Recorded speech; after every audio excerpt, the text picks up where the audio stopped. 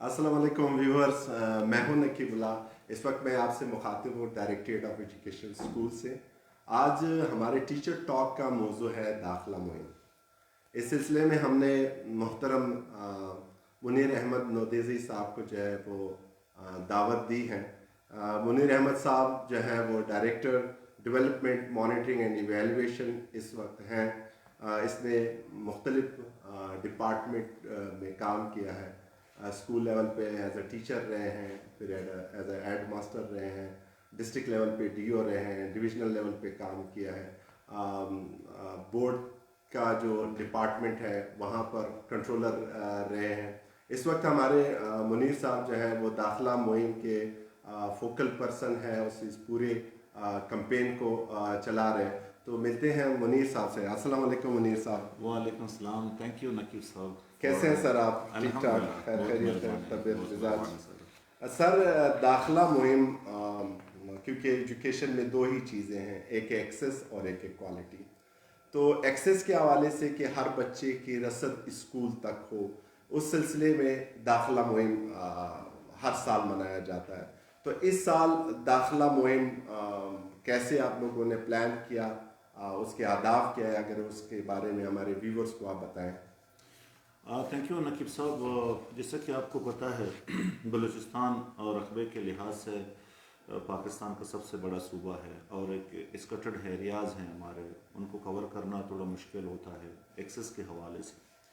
Access के हवाले से तो हम ये करते हैं कि हर साल जहाँ जहाँ पे जिस गांव में या जिस मोहल्ला में स्कूल नहीं है हम वहाँ स्कूल खोलते हैं और फिर स्कूलों के अपग्रेडेशन का है, अपग्रेड भी करते हैं। स्कूल तो खैर हमने बना लिए, अपग्रेडेशन भी हो गई। अभी दूसरा जो हमारा अहम काम है, स्कूल होते हैं बच्चों के लिए, बच्चों को स्कूल कैसे लाया जाए। जी जी। तो इस सिलसिले में मैं आपको एक डेटा बताऊं कि इस वक्त बलूचिस्तान में 40% से ज़्यादा बच्चे जो हैं जिनके स्कूल गोइंग है जो वो स्कूल नहीं आते मतलब अंदाजे के मुताबिक।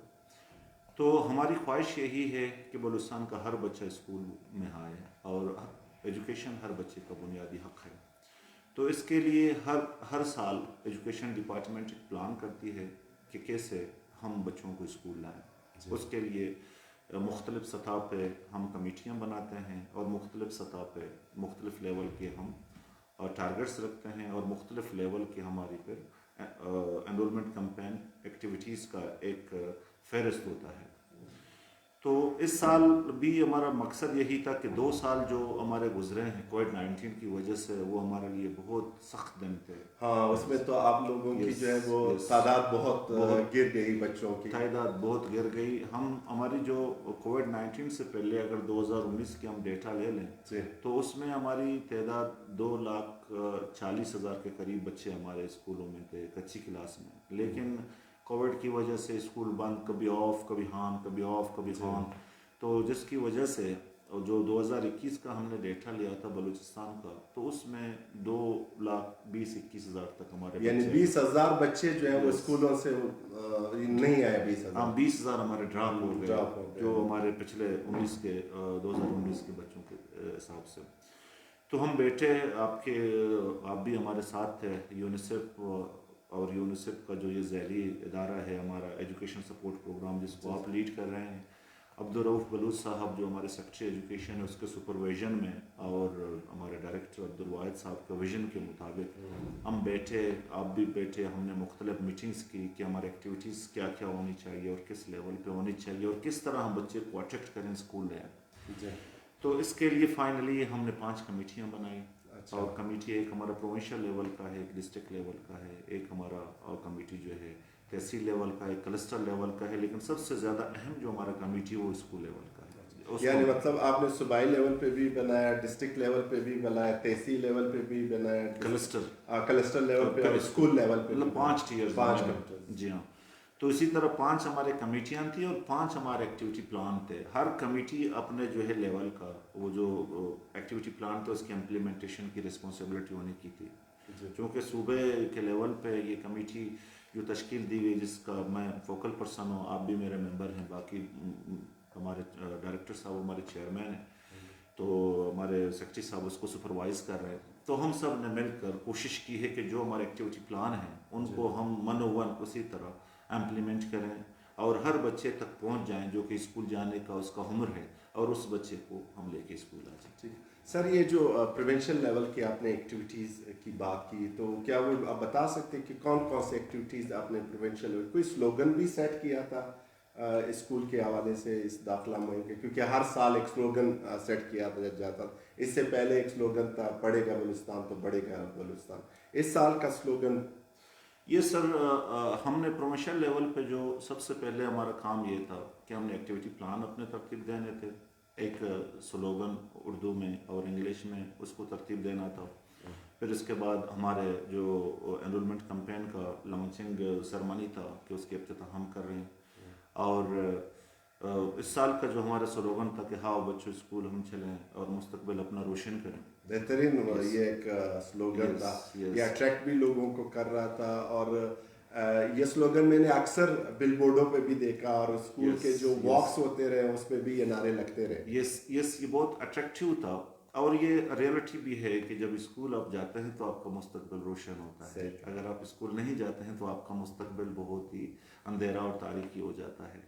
तो इसलिए हमारी जो साथी हैं, हमारे जो कंसल्टेटिव मीटिंगें होते थे तो उसमें हमने यही डिसाइड किया, ये मतलब बहुत सारे स्लोगन आए थे, सब अच्छे थे, लेकिन हमने महसूस किया कि ये सबसे बेहतर है कि बच्चों को हम कह रहे हैं कि हाँ बच्चों हम स्कूल चले और मुस्तकबिल अपना रोशन करें। और इन्हीं स्लोगन को हम फिर लेके चले, इसको फिर हम डिस्ट्रिक्ट लेवल पे ले गए, क्लस्टर लेवल पे, तहसील लेवल पे, स्कूल लेवल पे। माशाल्लाह आज पूरे बलूचिस्तान में ये स्लोगन जो है हमारा चल रहा है और इसके लिए हमने वीडियो क्लिप्स भी बनाए, उसके लिए हमने बिलबोर्ड्स भी बनाए, हमने मतलब मुख्तलिफ ज़बानों में आप लोगों ने अनाउंसमेंट्स भी किए, बरावी, बलोची, पश्तो, पंजाबी, जो भी लोकल ज़बानें थी इन तमाम में आप लोगों ने अट्रैक्टिव मैसेजेस जो है वो वॉइस रिकॉर्डिंग बनाया और उसको डिस्ट्रीब्यूट। सर ये जो टारगेट आप लोग सूबाई लेवल पे सेट करते हैं, क्या वो कितना सेट करते हैं और उसकी का फार्मूला क्या है? क्या अभी इस साल जो आप लोगों ने 2022 के लिए जो टारगेट सेट किए थे उसका किस तरह सेट किया आप लोगों ने? ऐसा है कि सर कोविड-19 अभी भी है, मुकम्मल ख़त्म नहीं हुआ है। कोविड के बाद जो है टारगेट सेट करना थोड़ा मुश्किल था कि मतलब कोविड के इस वबा के बाद आप बच्चों को ज़्यादा से ज़्यादा स्कूल लाएं, लेकिन हमने कोशिश की कि जो हमारा 2021 का टारगेट था उसमें हमने 5% इजाफा किया। अच्छा जी हाँ, एक मतलब कि एक रिटेंशन हो, दूसरा फिर उसके बाद 5% आपने इंक्रीज कर दिया। यस, एक तो सबसे पहला हमारा टारगेट यही था कि 2021 का जो हमारे बच्चों की तादाद थी उसको हम रिटेन करें, उसके बाद मजीद जो है 5% हमने इजाफा किया। तो इस साल हमारा टारगेट तकरीबन 2,32,925 था।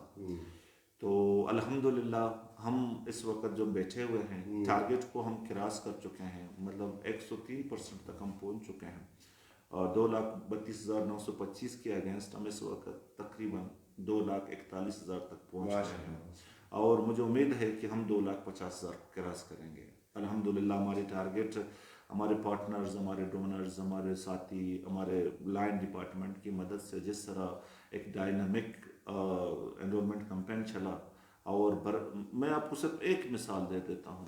एक हमारा स्कूल है मॉडल हाई स्कूल खुशदार, जिसका मैं खुद प्रिंसिपल रहा और वहाँ मैंने बहुत एंजॉय किया। वहाँ जो है लास्ट ईयर बच्चों की तादाद जब मैं निकला था तो 700 समथिंग था, 800 के करीब था, अभी 1100-1200 तक पहुँच गया है। उसका मतलब है 30-40% ज़्यादा बच्चे। यस, पब्लिक ने बहुत अच्छा रिस्पॉन्ड किया, पेरेंट्स ने अच्छा रिस्पॉन्ड किया, क्योंकि हमारे स्कूल लेवल का जो प्लान था ना उसमें हमने ये कहा था कि वो जो स्कूल लेवल का कमेटी है वो आइडेंटिफाई करेगा कि किस घर में वो बच्चा जिसकी उम्र 5 साल या 4 साल है और वो स्कूल नहीं आ रहा है, उसके पास जाएं, उसके पेरेंट्स को बनाएं और उसके मतलब अपना क्या कहते हैं एजुकेशन की अहमियत उनको बताएं और उसको लेके आ जाएं स्कूल। और इसी तरह जो मस्जिद का मौलवी साहब था उसको भी हमने इन्वॉल्व किया कि भाई आपने जुमे की नमाज में या बाकी टाइम लोगों को ये तरगीब देना है कि भाई बच्चों को स्कूल भेजो और बच्चों का मुस्तकबिल जो है स्कूल से है। इसी तरह काउंसलर थे, उसी तरह लोकल लेवल पे जो हमारे साथ डेवलपमेंट सेक्टर में काम करने वाले LSO थे, हमने तमाम को इन्वॉल्व किया, एक एक बच्चे को आइडेंटिफाई किया कि भाई ये बच्चा स्कूल नहीं जा रहा है, उसको पकड़ के स्कूल लाया और फिर उसको इंटरेस्टिंग बनाने के लिए हमने ये किया कि पहला जो 10 दिन थे 1 मार्च से लेकर 10 मार्च तक हमने दाखिला उनकी कर लिए, लेकिन क्लासें हमने नहीं की। उनको वेलकम करने के लिए मुख्तलिफ गेम्स किए, उसको इंटरेस्टिंग बनाया, और वहाँ क्विज प्रोग्राम हुआ है, वहाँ म्यूजिक हुआ। तो बच्चों ने देखा कि यार स्कूल में तो मज़ा है, वो बच्चे ज़्यादा से ज़्यादा आना शुरू हो गए। फिर 10 तारीख के बाद फिर हमने अपना रेगुलर क्लासेस शुरू किए। तो बच्चों को अट्रैक्ट करने के लिए इस दफ़ा हमने ये वो क्वेट के वो स्ट्रेस से भी निकले बच्चे जो हैं, और ज़ाहिर है जब इस तरह के रिक्रेशनल एक्टिविटीज़ होती है तो उसमें टीचर भी बढ़ चढ़ कर हिस्सा ले रहे होते हैं, बच्चे भी ले रहे होते हैं। ये स्कोप का एक माहौल था ना कोविड का, उस कोफ के माहौल को हमने एक एंटरटेनिंग एटमॉस्फेयर में उसको कन्वर्ट कर लिया, और ये बहुत ही अच्छा था। कुछ स्कूलों में आप जाए, म्यूजिक है, बच्चे खेल रहे हैं एक दूसरे के साथ, इसकी भी बहुत इम्पेक्ट हुआ। अच्छा सर, जब आपने प्रोविंशियल लेवल पे जो टारगेट सेट किया कि 2,32,900 बच्चों को क्या यही टारगेट डिस्ट्रिक्ट लेवल पे भी सेट किए गए, क्लस्टर लेवल पे भी सेट किए गए, और स्कूल लेवल पे भी यही टारगेट? ये ऐसा था कि हमने लास्ट ईयर का डेटा उठाया कि किस डिस्ट्रिक्ट में कितने बच्चे थे जी, और किस क्लस्टर में कितने बच्चे थे। ये 5% इंक्रीजमेंट हमने अप्लाई किया हर लेवल पे, स्कूल लेवल पे भी, डिस्ट्रिक्ट लेवल पे भी, तहसील लेवल पे भी, और प्रोविंशियल लेवल पे भी। और हमारा फार्मूला हमने वहीं पे फिट किया। और फिर एक इस दफ़ा आपके ताउन से, यूनिसेफ के और ESP के ताउन से हमने एक चीज़ किया कि ऑनलाइन एक गूगल शीट अच्छा हमने डेवलप किया, और वहाँ तमाम बलूचिस्तान की स्कूल्स हमने उसमें डाले। यानी 15,000 स्कूल का 15,000 के डेली बेसिस बेसिस। जिस स्कूल में एक बच्चा इंटर होता था, और यहाँ डैशबोर्ड मेरे पास और बाकी हमारे कुछ साथियों के पास होता था, हमें फौरन पता चलता था कि भाई एक बच्चा जो है एंटर हो गया, एक बच्चे की एडमिशन हो गया। तो मतलब ये भी एक बहुत ही अमेजिंग जो है हमने चीज़ किया था कि ऑनलाइन गूगल शीट को इस तरह डेवलप करें, और इसमें वो मतलब क्या कहते हैं, फौजरी और फेक डेटा की गुंजाइश ही नहीं होता। मुझे पता चल जाता है कि फलाना स्कूल में आज एक बच्चा दाखिल हो गया, और उसको वैलिडेशन के लिए किसी वक्त भी मैं जा सकता हूँ कि मेरे पास डेटा अभी से आ गया कि किस स्कूल में कितने बच्चे, और किस क्लस्टर में, किस डिस्ट्रिक्ट में कितने बच्चे इस वक्त एनरोल्ड हैं, उसका पूरा एक डिटेल है। अच्छा सर, आप लोग जब हम मुफ्त और लाजमी तालीम की बात करते हैं तो वहाँ पर किताबें भी सामने आती हैं। तो सिंगल नेशनल करिकुलम के मुताबिक पुरानी किताबें एक्सपायर हो गई, नई किताबें आ गई, तो ये भी एक बात होती है कि भाई किताबें नहीं पहुँची है, टाइटल पूरे नहीं है। इस पर क्या आप लोगों का अभी तक पेशरफ्त हुआ है? अल्हम्दुलिल्लाह सर, मेरे ख्याल में ये हमारे सेक्रेटरी साहब और डायरेक्टर साहब का विजन है उनका, और चेयरमैन बोर्ड को भी मैं इस बात का क्रेडिट दूंगा कि उसकी मेहनत से हमारी तमाम किताबें पहुंच गई हैं, और ऑलमोस्ट तमाम डिस्ट्रिक्ट्स में किताबें पहुंचा दी गई हैं। अगर किसी स्कूल में कुछ रिमेनिंग बुक्स उनके रहते हैं, कुछ टाइटल्स रहते हैं, और हमारे यहाँ गोदाम है, किताबें पड़ी हुई हैं, हमने सब DOs को भी कहा है कि जिसको जो टाइटल्स की या जिस किताब की ज़रूरत है वो जस्ट अपना डिमांड भेज दें और उसी दिन अपना किताब लेके जाएं। हमारे पास किताबों की कोई कमी नहीं है। अच्छा, कुछ स्कूलों से ये भी हमें बात आ रही है कि स्कूल्स जो है वो अलाउड नहीं कर रहे हैं नए बच्चे दाखिल करने के लिए, तादाद बढ़ चुकी है। तो क्या इसके लिए भी कोई, जो खासकर शहरी इलाके हैं, जो हाई स्कूल्स हैं या मेन टाउन्स में, क्योंकि वहाँ तो नए स्कूल नहीं बनाए गए और तादाद बढ़ती रही है, तो उस पर क्या कोई स्ट्रेटजी है आप लोगों की? ये बात बिल्कुल दुरुस्त है, क्योंकि एनरोलमेंट कैंपेन की वजह से इतने बच्चे ज़्यादा आ गए हैं। लेट सपोज है कि स्कूल में एक प्राइमरी स्कूल है, एक ज़्यादातर हमारे स्कूल जो है सिंगल रूम पे मुश्तमिल हैं, या कुछ स्कूलों में 2 कमरों पे मुश्तमिल हैं। तो वहाँ ऐसा है कि सर एक गुंजाइश होती है कमरे का। अगर आप आइडियल बात करें तो एक कमरे में मैक्सिमम 30 से 35 बच्चे आ जाते हैं, और अगर 30 से 35 बच्चों से ज़्यादा बच्चे हो जाते हैं फिर उनको वहाँ एडजस्ट करना थोड़ा मुश्किल हो जाता है ना, एक क्लास में जहाँ पे सिंगल रूम स्कूल्स हैं। लेकिन इसके बावजूद हमारे इंस्ट्रक्शंस गए हुए हैं तमाम प्राइमरी, मिडिल, हाई स्कूल और हायर सेकेंडरी स्कूल कि जो बच्चा आएगा, ये गवर्नमेंट ऑफ बलूचिस्तान की सख्त इंस्ट्रक्शन है कि आप उसको रिफ्यूज़ नहीं कर सकते, आपको उसको एडजस्ट करना पड़ेगा। बेशक आपका स्कूल में कंजस्टेड है, जगह नहीं है, लेकिन आप किसी तरीके से किसी बच्चे को रिफ्यूज़ नहीं कर सकते। और अगर हमारे हेड टीचर्स या हमारे एजुकेशन ऑफिसर्स या डिविजनल डायरेक्टर मुझे सुन रहे हैं, इसको यकीनी बनाएं कि जो बच्चे स्कूल में दाखिला लेने के लिए आते हैं उनको दाखिला मिलना ही चाहिए। अगर जिस टीचर्स ने या जिस एक टीचर ने या जिस डिस्ट्रिक्ट में ये कंप्लेन हमें मौसूल हुई तो यकीनन हम फिर उसको अपना डिस्प्लेजर शो करेंगे कि बच्चे का हक है कि वो स्कूल में दाखिला में क्यों दाखिला नहीं मिल रही है। अच्छा सर, जहाँ पर आप एक दाखिला मुहिम की बात कर रहे हैं और फिर आप कह रहे हैं कि आपके 2,40,000 बच्चे अभी तक दाखिल हुए, ओवरऑल जब हम आपके इनरोलमेंट को देखते हैं वो लगभग कोई 10 लाख है, तो इसका मतलब है 25% न्यू इनरोलमेंट आपने और अपने स्कूलों में उनको वेलकम किया। इसके साथ साथ आपका कोई अराउंड कोई 2500 स्कूल बंद है, क्या उस स्कूलों पे भी कोई वर्क किया जा रहा है, क्योंकि वहाँ भी तो इस बच्चों को अकोमोडेट किया जा सकता है, उस पर कोई गवर्नमेंट का लायामल है आगे?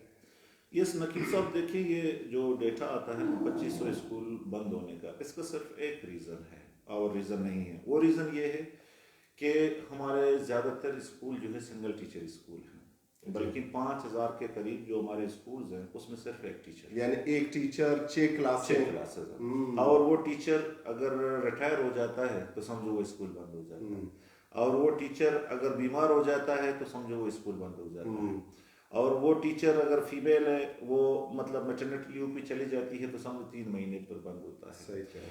तो हमने इसका ये अभी हल ढूंढा है कि एक तो यही कि अभी फाइनेंस के साथ हमने टेक अप किया हुआ है कि हमारे जितने सिंगल टीचर स्कूल्स हैं, हमारा जो बलूचिस्तान एजुकेशन सेक्टर प्लान है, जो 5 साल हमारा प्लान है, हमने उनको यही रिक्वेस्ट की कि हर साल हमें 1000 टीचर दें, ताकि 5 साल में 5000 टीचर हमें दे दें, तक उन सिंगल टीचर स्कूल्स के लिए जहाँ पे एक टीचर है।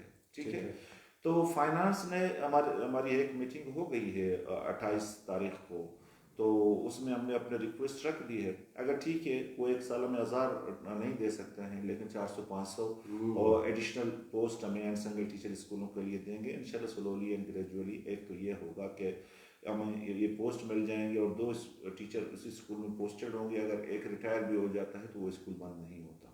अभी जो 2025 का फिगर और डेटा आप मुझे बता रहे हैं, मोस्टली ऐसे स्कूल है कि जहाँ टीचर रिटायर हो गया है और वो स्कूल बंद है। इसको खोलने के लिए एक तो ये है कि हमने गैप अरेंजमेंट किए हैं कि किसी और स्कूल में अगर वहाँ 2-3 टीचर है उसको उठाकर रैशनलाइज करके वहाँ पर उसकी ड्यूटी कर लेंगे। और दूसरी बात हम ये करने जा रहे हैं कि वो जो स्कूल है मतलब जहाँ जो बंद है उसके लिए अभी गवर्नमेंट ऑफ बलूचिस्तान ने, कैबिनेट ने हमें ये अप्रूवल दी है कि जल्द से जल्द आप लोग रिक्रूटमेंट प्रोसेस की तरफ चले जाएं और इंशाल्लाह 8-10 दिन तक हमारा ऐड भी आएगा। जितनी हमारी वैकेंसीज खाली हैं टीचर्स की उसको हम फिल कर रहे हैं। हमारे 2 तरह के वैकेंसी होते हैं, एक 9 ग्रेड से लेकर 15 ग्रेड तक होता है जिसको हम जूनियर कैडर टीचिंग स्टाफ कहते हैं, और एक हमारा सीनियर टीचिंग स्टाफ होता है वो 17 जिसमें SST और आपका SPT SD हैं और ये बाकी सीनियर अरबिक टीचर हो गया, सीनियर फिजिकल एजुकेशन टीचर हो गया। तो वो 2 अभी कमीशन में शायद आपने देखा होगा कि कल हमारे SPT का भी वो आ गया है, हेड आ गया है कि उसके तहत भी हम टीचर भर्ती कर रहे हैं।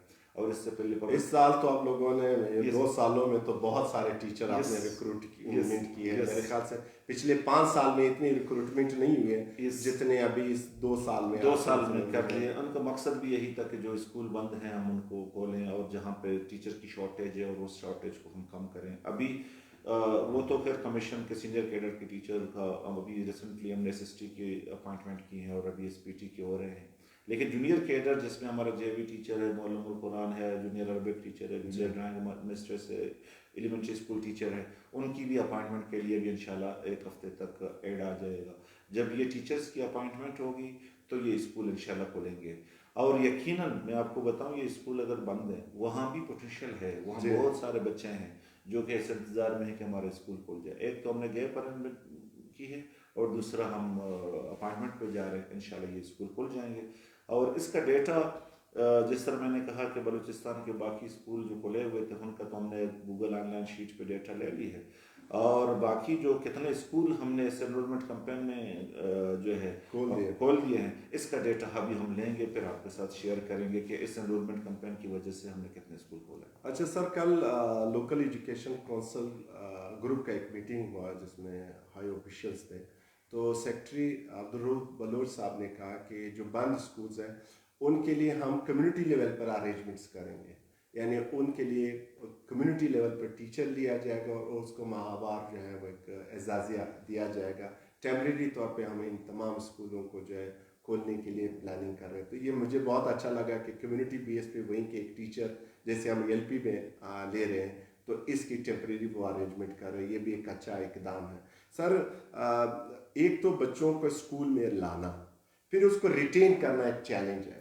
और उस रिटेंशन में जब हम देखते हैं कि अगर आपके 2.5 लाख बच्चे हैं तो ये जब क्लास पक्की तक जाएगा या अगले ग्रेड पे वो करेगा, इसके आधे बच्चे जो हैं वो तकरीबन ड्रॉप आउट हो जाए। उसके मुख्तलिफ वजूहत हो सकते हैं। उनमें एक वजह जो है वो कारपोरेट पनिशमेंट या सज़ा ये है, क्योंकि वो बच्चा घर में जो है वो लाड प्यार से होता है, वो घर के माहौल से एकदम स्कूल में आता है तो स्कूल में पनिशमेंट वाला माहौल होता है। तो इस पे भी गवर्नमेंट ने थोड़ा काम किया है या ये आपका काम करने का कोई लायमल है?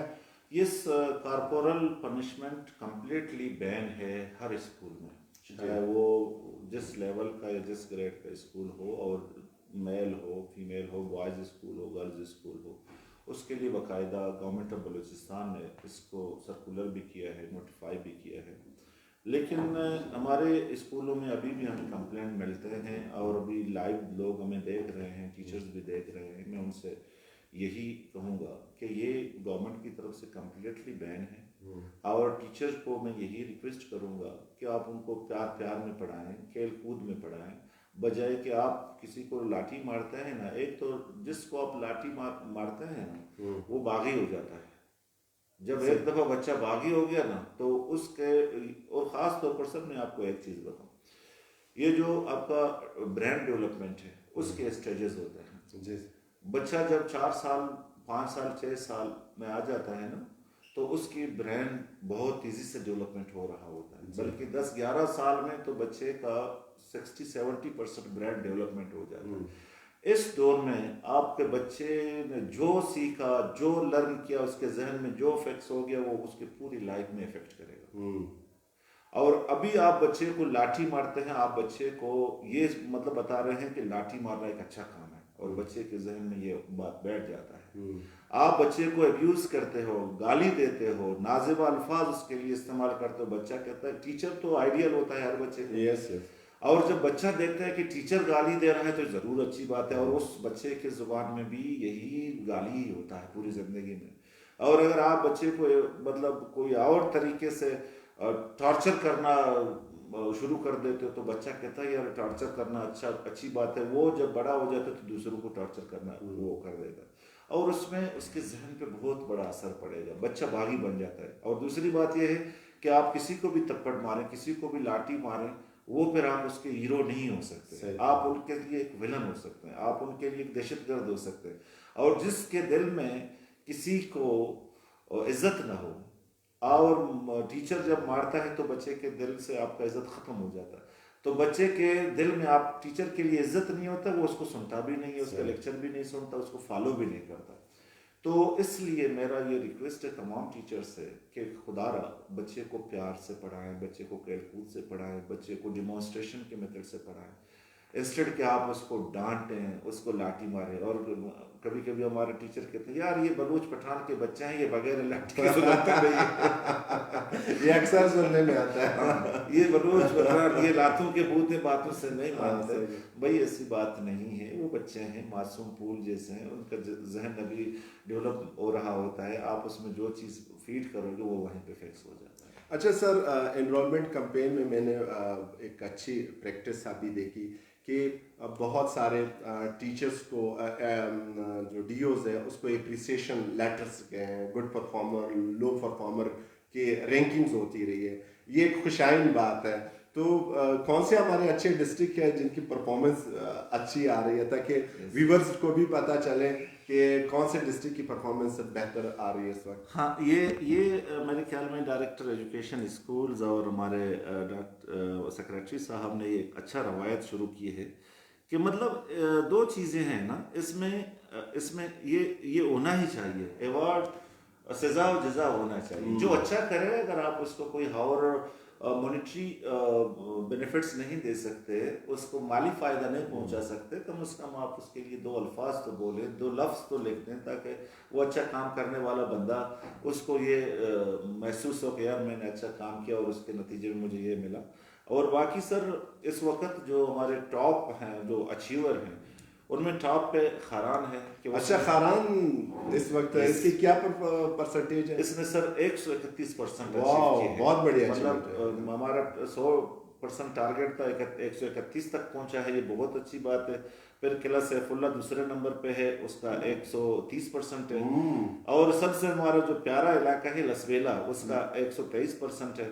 हालांकि वहाँ गर्मियाँ भी है। हाँ, और रमजान में इस तादाद को रिटेन करना और बच्चों को बुलाना कैंपेन बहुत बड़ी बात है। और अमेजिंग बात यह है कि जिसको हम कहते हैं कि जलमक्सी, कि वहाँ जो है बहुत बैकवर्डनेस है, वहाँ एजुकेशन का ज्यादा ट्रेंड नहीं है, लेकिन इस दफा वो चौथे नंबर पे माशाल्लाह। हालांकि लिटरेसी रेट उसका बहुत कम है। लिटरेसी रेट कम है, ये मतलब एक अच्छा ट्रेंड है, एक अच्छा डेवलपमेंट है। इसके बाद अरनाई है, पंजगूर है, और क्वेटा का माशाल्लाह मैं आपको बताऊं, क्वेटा को हमने टारगेट दी थी 19,092, तो क्वेटा अभी तक जो है 22,239, मतलब अपने टारगेट से 4,000 के करीब जो है उसने ऊपर ज्यादा किया। तो क्वेटा मतलब, फिर जोग है, फिर किला अब्दुल्ला है, 10वें नंबर पे मस्तूम है। ये टॉप 10 ये है। और पंजगूर बहुत अच्छा डिस्ट्रिक्ट है, क्योंकि वहाँ भी इश्यूज थे कुछ अरसे से, आपको पता है। तो हालात की वजह से पंजगूर ने भी बहुत अच्छा किया है, इसने 120% जो है हासिल की है। तो मतलब टॉप 10 यही खारान, किला सैफुल्ला, लसबेला, जलमक्सी, अरनाई, पंजगूर, क्वेटा, जोग, किला अब्दुल्ला और मस्तूम, ये हमारे सर। अगर हम जो जिनकी अच्छी परफॉर्मेंस है उनको याद करें, जिनकी इम्प्रूवमेंट की जरूरत है अभी, वो डिस्ट्रिक्ट कौन से, ताकि हमारे व्यूअर को वो भी पता चले, उनके ऊपर भी आप काम कर रहे हैं, शायद जल्दी शायद वो लोग भी अपने जो है वो प्रोग्रेस अचीव कर लें। मुझे और अच्छा, जॉब भी हो सकते हैं। मुझे अच्छा नहीं लगता ये टर्म लो परफॉर्मर, क्योंकि ये लो परफॉर्मर बहुत ही जो है थोड़ा तज़ीक आमिस लफ्ज़ है। लेकिन फिर भी मैं कहता हूँ कि लो अचीवमेंट जो इस वक्त है, सबसे आखिर में जो है दुखी है।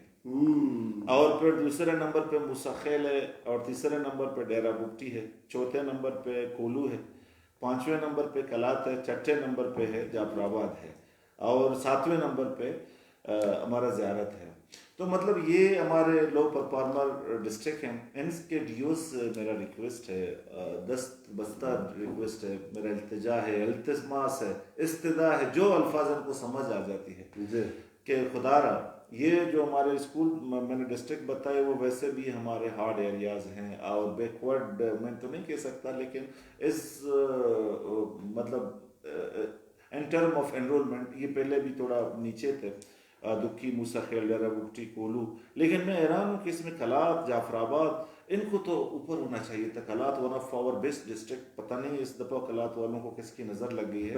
और जाफराबाद जो है बहुत अच्छा हमारा डिस्ट्रिक्ट था, पता नहीं हमारे जो वहाँ फोकल पर्सन है बशीर साहब, अगर आप सुन रहे होते हैं, आपके लिए भी लम्हा फ़िक्रिया है। और वहाँ हमारा डीओ है अशोक साहब, जो यंग है, बहुत यंग है, अभी इसको हमने पोस्ट किया है पब्लिक सर्विस कमीशन से, डायरेक्ट उसकी इंडक्शन हुई है। ये सुन लें आप लोग, हमारे अशोक साहब और बशीर साहब, मेरे ख्याल में अगर आप सुन रहे हैं, आप लोगों के लिए इतना काफ़ी है कि हम इधर आपको कह रहे हैं कि आप लोगों ने अभी तक अपने टारगेट अचीव नहीं किए। तो आप लोग फॉर गॉड सेक बच्चों को ज़्यादा से ज़्यादा स्कूल लाएं, अपने टारगेट भी एक दफ़ा अचीव करें, और इसके बाद फिर टारगेट को क्रॉस भी कर लें। अशोक साहब बहुत अच्छे ऑफिसर हैं, रिसेंटली उसने वो ज्वाइन किया। अच्छा, हमारे एक व्यूअर है जिया रहमान, वो पूछ रहे हैं कि पशीन के क्या सिचुएशन है, क्या पोजीशन है इस वक्त? अब पशीन ने बहुत अच्छा किया है, और मेरे ख्याल से 98% नहीं, पशीन 100% पे चला गया है। अच्छा। और मैं उसका अभी आपको अचीवमेंट दिखाता हूँ। पशीन इस वक्त सर हमारे हैं, जो नंबर है पशीन का, पशीन हमारे 25 नंबर पे है। इसका टारगेट हमने 14,680 दिया था, और इन लोगों ने 14,680 था, और 14,716, मतलब ये 100% से ऊपर हैं। इन लोगों ने 200 से ज़्यादा बच्चे इजाफी अब तक एनरोल किए हैं अपने टारगेट से। वो वेरी वेल डन वासिफ साहब, और हमारे सबसे बुजुर्ग जो ESP का डिस्ट्रिक्ट वोकल पर्सन इस्माइल साहब, आपको भी वेरी वेल डन। अच्छा सर, आपकी गुफ्तगू इंतहाई बेहतरीन है। सर ये दाखिला मुहिम जब आप चला रहे थे, ज़ाहिर इसमें मुश्किलात भी आ रही होगी, सारे तो आसानी से तो नहीं हो रहे थे, तो मुश्किलात क्या थे उसमें? मुश्किलात सर, एक तो हमारा ये था कि मोबिलिटी का था। ये हमारे लिए अच्छा होता कि एक अच्छा मोबिलाइजेशन का हमारे पास एक फंड होता, बजट होता।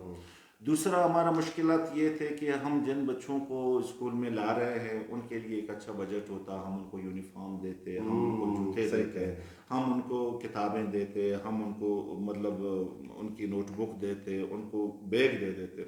वो बच्चे हमारे, आपको पता है कि गवर्नमेंट स्कूल में सबसे गरीब बच्चे आते हैं, वो बच्चे तो आ जाते हैं बेचारे, लेकिन उनके पास यूनिफॉर्म नहीं होता, उनके पास बैग्स नहीं होते, उनके पास ये चीज़ नहीं होता, जिनकी वजह से वो बच्चा फिर ड्रॉप होता है।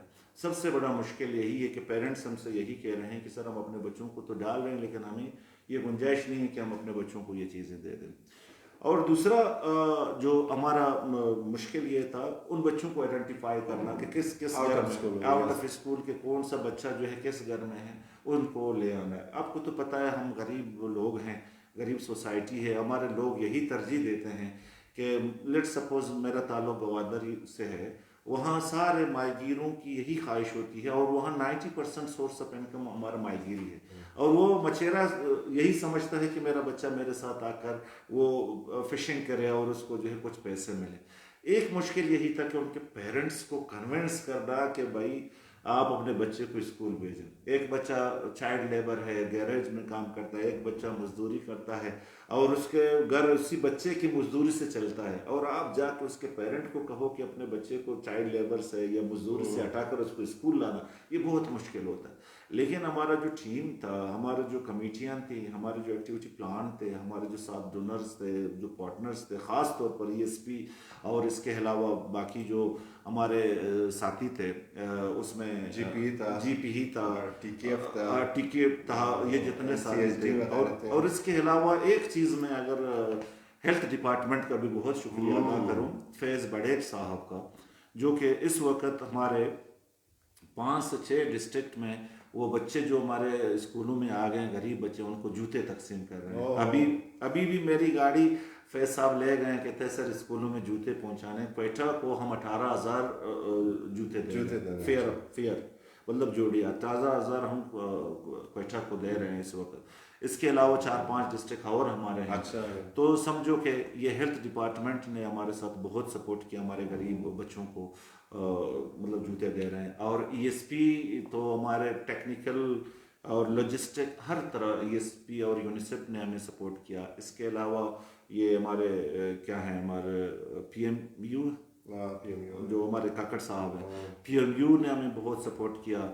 और इसके अलावा हमारे जो साथी हैं ये IRC ने हमें बहुत सपोर्ट किया। ख़ास तौर पर हमारा जो एनरोलमेंट कैंपेन का लॉन्चिंग सेरेमनी था, वहाँ उनकी बहुत ज़्यादा कंट्रीब्यूशन थी। BRSP है, मतलब तमाम डोनर्स से। और इसके अलावा डिस्ट्रिक्ट एडमिनिस्ट्रेशन ने हमें बहुत सपोर्ट किया, क्योंकि ADC जनरल हर डिस्ट्रिक्ट में हमारा फोकल पर्सन था, और हर तहसील में हमारे साथ पे असिस्टेंट कमिश्नर होता था। डिस्ट्रिक्ट एडमिनिस्ट्रेशन ने हमें बहुत ही सपोर्ट किया। इसके अलावा NCHD ने हमें बहुत सपोर्ट किया। NCHD मतलब एनरोलमेंट कैंपेन में हमारा बहुत साथ दिया। सिविल सोसाइटी और इसके अलावा मस्जिद के पेशमा, इस कार्य खैर में हर स्टेक होल्डर ने हमारा साथ दिया और अपना कंट्रीब्यूशन इसमें डाला है। सर ये जो क्लस्टर बजट है, डायरेक्टरेट के मैं नोटिफिकेशन देख रहा हूँ, तो इसकी अभी क्या स्टेटस है? ज़ाहिर इससे भी तो बच्चों के इनरोलमेंट रिटेंशन पे फ़र्क पड़ता है, तो उसके क्या स्टेटस? देखिए सर, क्लस्टर बजट में हम 2-3 चीज़ों को कवर करते हैं। एक तो क्लस्टर बजट में हमारा जो हेड है उसको हम कहते हैं टाट और फर्नीचर। एक हेड जो है रीडिंग राइटिंग मटेरियल है, और एक हेड हमारा उसमें है स्पोर्ट्स का, और एक हेड है PTSMC का। लेकिन सर, और हाई स्कूलों के लिए साइंस इक्विपमेंट्स का, मैं मतलब एज ए गवर्नमेंट एक डिजिग्नेटरी ये बात ना कहूँ, लेकिन ये जो हम बजट दे रहे हैं ना, वो हमारे 25% बच्चों के नीड को मीट नहीं कर सकता। अच्छा, फॉर एग्जांपल हम यूनिफॉर्म देते हैं। मैं मॉडल हाई स्कूल खुजदार में प्रिंसिपल था, तो मेरे पास 60,000 यूनिफॉर्म थे, 60,000 पैसे थे यूनिफॉर्म के लिए, और मेरे पास बच्चे 800 के करीब थे। तो 60,000 यूनिफॉर्म, अगर आप सस्ता से सस्ता कपड़ा खरीदें तो 1,000 रुपये से तो कम तो कपड़ा नहीं है। बिल्कुल सही, और 1,000 रुपये उसके सिलाई का है। तो 30 बच्चों के लिए, तो मतलब 800 बच्चों में से आप 30 बच्चों का यूनिफॉर्म दे रहे हैं। सही कह रहे हैं। तो इसमें आप कैसे वो कर सकते हैं? सिर्फ यूनिफॉर्म, फिर उसके लिए शूज नहीं है, उसके लिए बैज नहीं है, उसके लिए टाई नहीं है, ठीक है। तो मैं गवर्नमेंट से यही हम कोशिश कर रहे हैं कि इसको गवर्नमेंट हमारे फाइनेंस डिपार्टमेंट के साथ चेकअप करें कि हम स्टेशनरी का जो बजट है, जिसको हम रीडिंग राइटिंग मटेरियल कहते हैं, जो यूनिफॉर्म के हेड में बजट है, जो स्पोर्ट्स के मद में, क्योंकि स्पोर्ट्स से बच्चे का फिजिकल डेवलपमेंट होता है, उसके मद में इस बजट को थोड़ा हम एनहांस करें, ताकि वो बच्चे का जो ज़रूरियात हैं, वो स्कूल के ज़रूरियात हैं, वो इस क्लस्टर बजट से मीट हो जाए। अच्छा सर, इन जो आपके अभी जो बच्चे आए हैं, ज़ाहिर है उनको रिटेंशन भी हमारी एक जिम्मेदारी है। उस रिटेंशन को हम कैसे प्लान करेंगे कि भाई बच्चे तो आगे, उसको रिटेन करने के लिए भी कोई RTSM, कोई और इस तरह का कोई प्रोग्राम है जो चेक एंड बैलेंस करता रहेगा? यस, रिटेन करना तो हमारी बुनियादी जिम्मेदारी है कि बच्चे को लाना कमाल नहीं है, बच्चे को फिर रखना, ताकि उसको हम एक मुकम्मल इंसान बना के फिर वापस कर दें ना। बच्चा हाथ हो गया, एक कोरा कागज़ था, फिर हम बच्चे को एक मुकम्मल इंसान बना के, अब ये नहीं कि बच्चा कच्ची में दाखिल हुआ फिर क्लास 1 में ड्रॉप हो गया, फिर क्लास 2 में ड्रॉप हो गया, क्लास 3 में ड्रॉप हो गया। तो रिटेंशन के लिए आपके स्कूल को अट्रैक्टिव होना चाहिए, आपके क्लास का जो एनवायरनमेंट है वो कंडीसिव होना चाहिए, वहाँ एक अच्छा एटमॉस्फेयर होना चाहिए, ट्रेन टीचर होना चाहिए, ट्रेन टीचर्स होना चाहिए, इंटरएक्टिव टीचिंग मेथड होना चाहिए, स्टूडेंट फ्रेंडली टीचर्स होनी चाहिए, और इसके अलावा जो बच्चों की वो बुनियादी ज़रूरियात हैं वो हम उनको दें, ताकि वो बच्चा अट्रैक्ट हो। बच्चे को अट्रैक्ट होने के लिए सबसे ज़्यादा गेम्स जो होते हैं उनकी तमाम इक्विपमेंट्स हम दें। दूसरा जो है उसको खेलने कूदने के लिए मतलब क्लास को आप देखते हैं कि हमने बहुत सारे स्कूलों में जो इसी ही क्लास के कॉर्नर्स बनाए हैं, वहाँ बच्चों के लिए मुख्तलिफ ऐसी चीज़ें रखें जो बच्चे उसके साथ खेलता है, वो फिर एंटरटेन होता है और उसका जज्बा बढ़ जाता है। तो मेरा ख्याल यही है कि एक टीचर्स को ट्रेंड होना चाहिए, क्लास आपके इंटरेक्टिव होनी चाहिए, और इफेक्टिव मॉनिटरिंग होनी चाहिए। टीचर की हाजिरी 100% होनी चाहिए, और एक प्रॉपर मॉनिटरिंग होनी चाहिए, एक प्रॉपर चेक एंड बैलेंस होनी चाहिए। तो ये तमाम चीजें, और एक कम्युनिटी की इन्वॉल्वमेंट भी होनी चाहिए, पेरेंट्स को पता होना चाहिए कि बच्चों की क्या नीड्स है। स्कूल बेस्ड आपका कमेटी जो है, स्कूल मैनेजमेंट कमेटी है, उसको फहाल होना चाहिए। क्लस्टर बेस पे हमारा जो लोकल एजुकेशन कम्युनिटी है उसको हम इन्वॉल्व करें, क्योंकि दुनिया के बड़े बड़े ममालिक जो है, अमेरिका की मैं मिसाल देता हूँ, मैं खुद भी वहाँ कुछ अर्से तक रहा हूँ, तो वहाँ भी आज एजुकेशन का जो स्टैंडर्ड हाई है ना, वहाँ कम्युनिटी का 50% जो है कंट्रीब्यूशन कम्युनिटी के है। वहाँ चेक एंड बैलेंस के लिए कम्युनिटी खुद स्कूल में इंटरफेयर करता है। तो मैं यही समझता हूँ कि हम पेरेंट्स को ट्रेंड करें, हम सिविल सोसाइटी को ट्रेंड करें, और ताकि वो भी स्कूल के एक्टिविटीज़ में, स्कूल के मामलात में दिलचस्पी लें, और इससे फिर वो बच्चे का रिटेंशन यकीनी हो जाता है। व्यूअर्स, हमारे बहुत सारे कमेंट्स हम देख रहे हैं, आ रहे हैं, उसमें बहुत सारे क्वेश्चंस जो है हम लोगों ने की हैं। इसमें कुछ लोग सिलेबस की बात कर रहे हैं, कुछ ELP के प्रोग्राम्स को मज़ीद बढ़ाने की बात कर रहे हैं। ज़ाहिर है हम वो देख भी रहे हैं और अपने पॉइंट्स में भी वो लाएंगे, उसके ऊपर काम भी करेंगे। हमारे पास आज का जो मेहमान है वो मुनीर साहब, इंतहाई काबिल इंसान, ईमानदार, मेरे दोस्त भी हैं, उसके साथ मेरे रवाबित भी हैं, और इन्होंने जो है USA से जो है लीडरशिप एंड मैनेजमेंट पे जो है वो सर्टिफिकेशन भी ली है, और एक्सपोजर है, इंटरनेशनल एक्सपोजर है, नेशनल एक्सपोजर है। तो आखिर में हम इनका पैगाम लेंगे आपके लिए कि वो टीचर्स के लिए क्या पैगाम छोड़ के जाते हैं, हमारी कम्युनिटी के लिए उनका क्या पैगाम है, और हमारे बच्चे और हमारे सोशल सोसाइटी के लिए इनका आखिरी पैगाम क्या है। मेरी तरफ से अल्लाह हाफिज़। पैगाम जो है वो मुनीर साहब से आपसे। थैंक यू नकीब साहब, आपने बहुत अच्छा एक सेशन रखा, और मेरा तो पैगाम यही है तमाम पेरेंट्स से। सबसे पहले तमाम पेरेंट्स से उनके लिए मेरा पैगाम है कि अपने बच्चों को स्कूल भेजें, और फिर मैं यही कहूँगा कि एक रोशन मुस्तकबिल, हमन व आशिकी और एक तरक्की याफ्ता बलूचिस्तान के लिए ज़रूरी है कि हर बच्चा स्कूल में हो, हर टीचर क्लास में हो, और हम जो एजुकेशन के फील्ड ऑफिसर्स हैं हम उनके लिए बेहतर प्लानिंग करें, अपने बच्चों को स्कूल में दाखिल करें, अपना मुस्तकबिल रोशन करें। बहुत शुक्रिया।